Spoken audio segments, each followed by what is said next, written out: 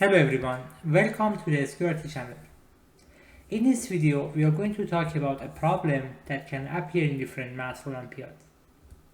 In this problem, we have f of x defined as radical x minus 3 minus radical a minus x plus b.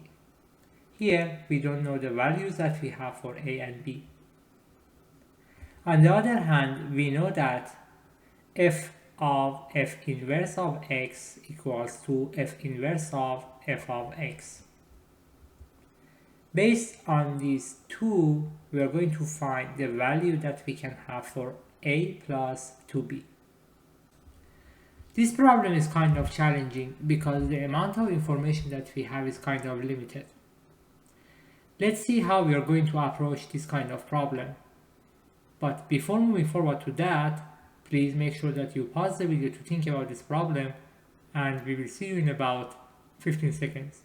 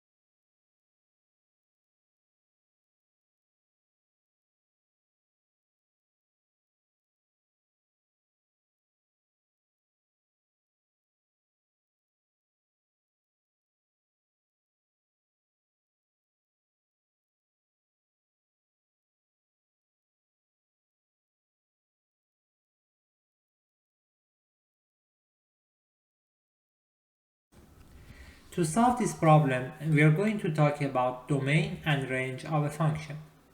Remember, domain defines inputs and range defines outputs of the function. Here we have f of x defined as, let's say, sum of two radicals. First of all, the value that we have under each radical needs to be positive or 0. It means that for the first one, x needs to be greater than or equal to 3. On the other hand, for the second one, x needs to be less than or equal to a. Remember, we don't have any condition for a and also for b. However, to make it meaningful, we need to define values of a and b, so we will have something for the function f.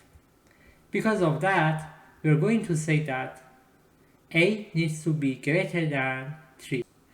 Otherwise, we are not going to be able to find any x value that satisfies both these radicals.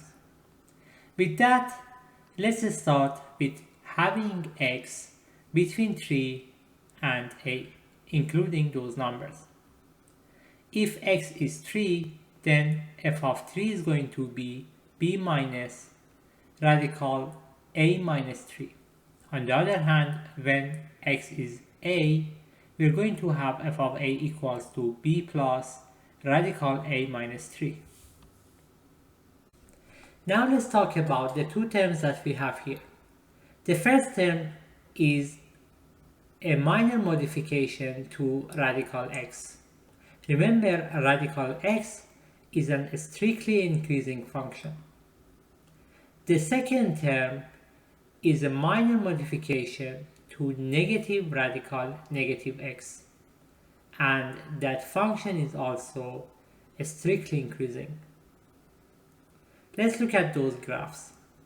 The green one shows the first term and the blue one shows the second term for a equal to 5. As you can see here, both of these are increasing functions.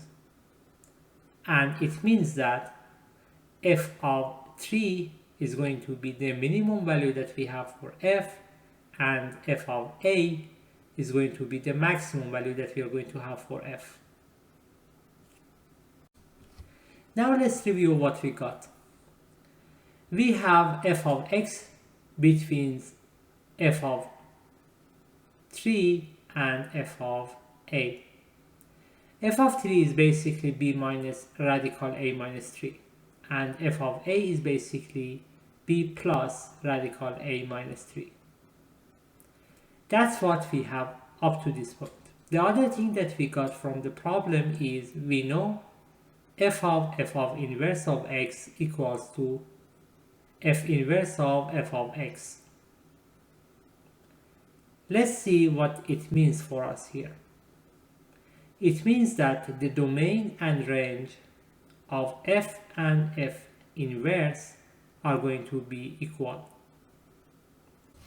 Basically, we know f inverse of f of x is going to be between 3 and a, including those numbers. On the other hand, f of f inverse of x is going to be between f of 3 and f of a. So we need to have equality for both bounds that we have here. Now we are going to have 3 equals to b minus radical a minus 3 and a equals to b plus radical a minus 3. We have two equations and we have two unknown variables. If we solve them, we are going to have 7 for a and 5 for b. As a result, a plus 2b is going to be 17, and that's our final answer. Thanks for watching the video. If you would like to see more puzzles, math involved activities, and problems from different math competitions and Olympiads, please kindly subscribe to this channel. This is the SQRT channel. Hope to see you in the next video.